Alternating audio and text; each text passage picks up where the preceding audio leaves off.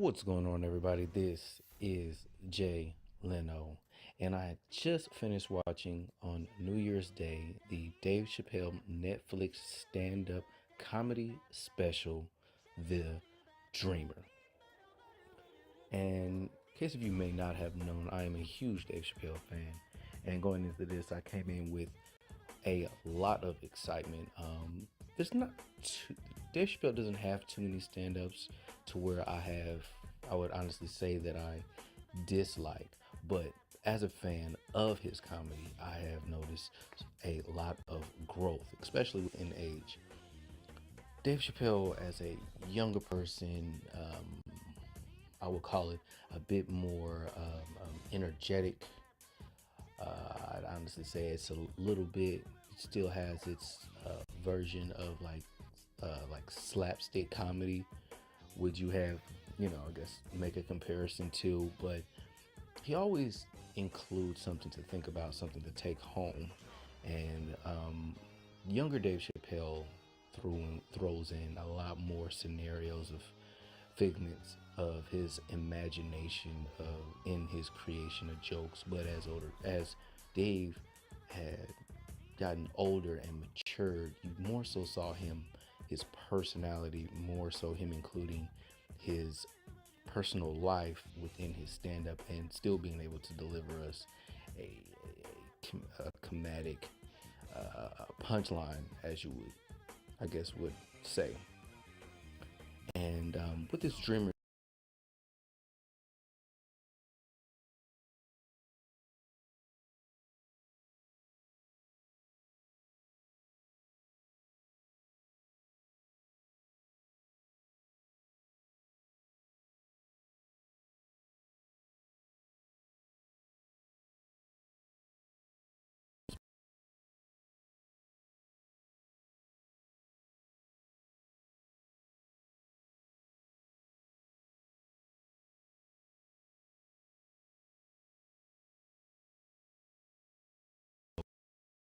still enjoyed that, still had a life changing or a thought provoking content coming from his creativity and his stand up.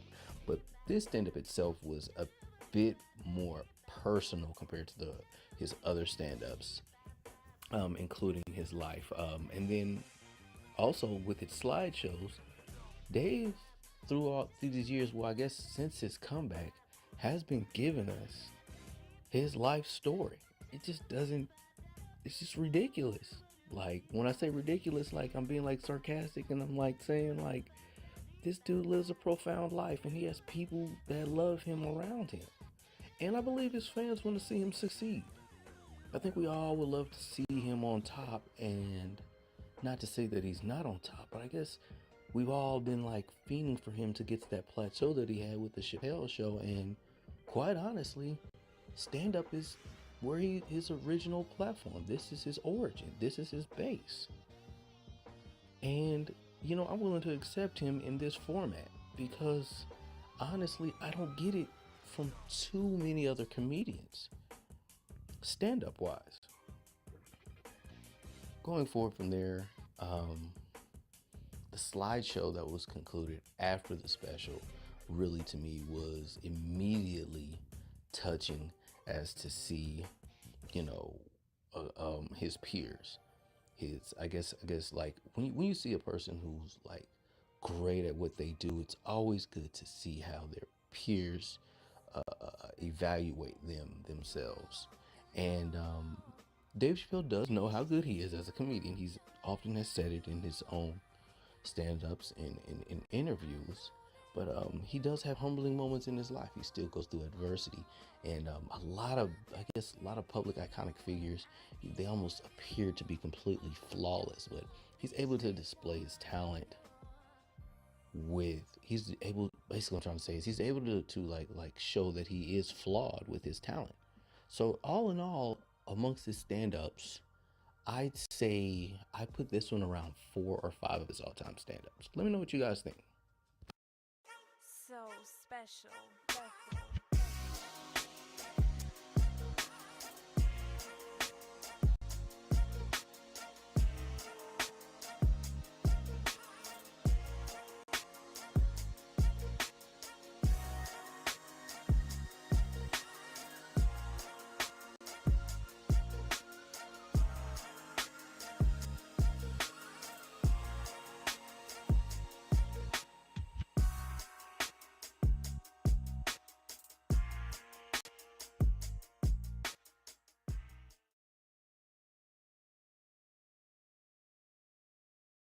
What's going on, everybody? This is Jlyno, and I'll be doing a review on Batman's Gargoyle of Gotham. One thing I wanted to point out to everybody that Batman is at a point of losing his mind right now, and which immediately reminded me of the Injustice anime that had came out in 2021 to kind of set the tone of like how emotional and how chaotic things are. Starting off with this issue 2, we're going to go into this nameless villain that's been orchestrating this strategic like attack towards Batman's mental, going into even his origin of his parents' death. And simultaneously at this time, there is a villain that is, I guess, allied with this major villain, which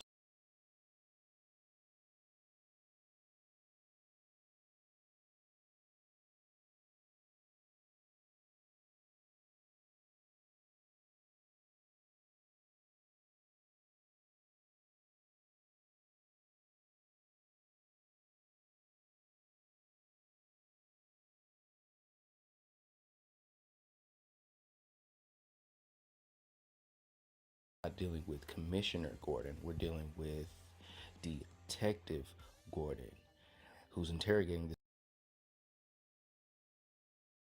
individual after Batman had nearly beaten this man to death. And right now, Batman himself is like in a hard place right now mentally, because he wants the murder. He's got like such rage and violence like built in inside of him, and it's not his original core of his morale that he holds himself accountable for, with defending and protecting the city of Gotham right now. And simultaneously, the city itself are rallying up people, and pretty much the citizens of Gotham are trying to hold the rich people in Gotham accountable for economically the struggles and poverty that people are dealing with there in the city. So right now, Batman is not, well, I wouldn't say Batman, Bruce Wayne is not considered a hero or held in high regard in the city itself right now, almost to the point to where if these groups of citizens saw Bruce Wayne or even saw Batman, they might throw hands with him. And Batman's just, it's almost like at a riot state at this time.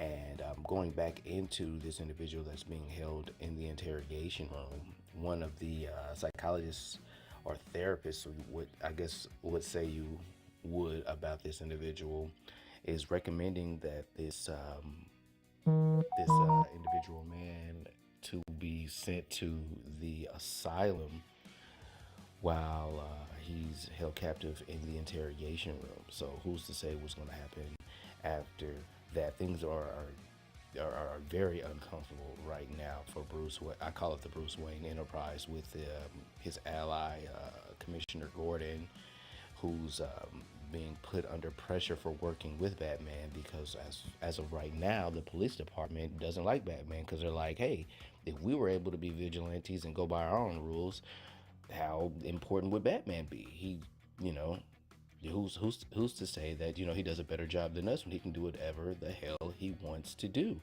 So Batman doesn't have the police department behind his back, and Detective Gordon is under fire right now. And then now we're introduced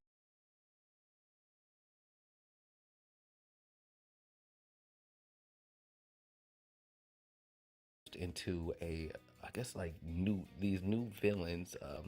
This priest has this I guess you would call it a squire, and it looks like there's some sort of witchcraft or sorcery that this squire under this priest is somehow these moths or butterflies, whatever would say you want to call them, is still running peril and murdering people in the city of Gotham. While right now, Bruce Wayne is in the Batcave trying to get his psyche together. He's definitely in a vulnerable position right now mentally.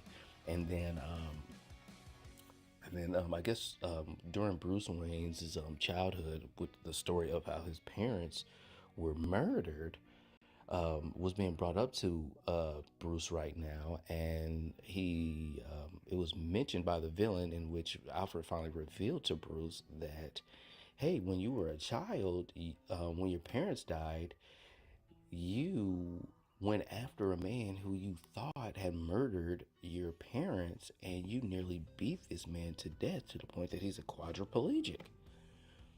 And Batman's like, why didn't you say this to me? And then pretty much Alfred had to let Bruce Wayne know that, hey, man, you went through some serious therapy. And the therapist, quite honestly, thought it'd be best that, we erase these memories from your mind just to, for you to keep a bit of sanity within yourself, because your immediate reaction to your parents' death was to go into extreme violence. I mean, you were a grown kid and beat a man half to death. I mean, which is understandable. So, as they dive deeper into this story, I guess as Bruce dives deeper into his origin story, that guess what, guys?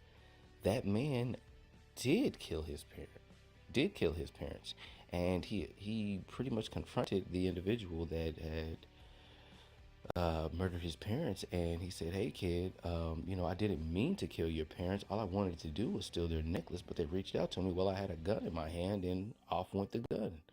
And he kind of gave, so like Bruce is kind of like in a hard place of first believing that he beat up an innocent man, and come to find out that the man wasn't so innocent, but the man still like acted, well, the man is a victim of violence, but he kind of threw it back at Bruce like, hey buddy, I hate your freaking guts, bro. Like, I didn't mean to do all these things, but look at me, bro. I can barely move. So, right now things is tough. And then, not to mention, Bruce is having these visions of a childhood dream, or if it is a dream, or if it actually happened, considering that this comic is called The Gargoyle Gotham, of this baby, a damaged winged demon right now. So, and those memories that he had in the past had went away when he was a child, thanks to that therapist. Who, here's my assumption, because we don't know yet, is that I believe that that same therapist is our main villain, and I don't know if he was trying to do, if his actions were to be good actions, or if this man has this huge ploy to whatever objective that he's trying to make right now as a villain. And we have to see what's to come of this, because I mean, quite honestly, just by the name of the title of Gargoyle Gotham, I think Batman might have like some sort of an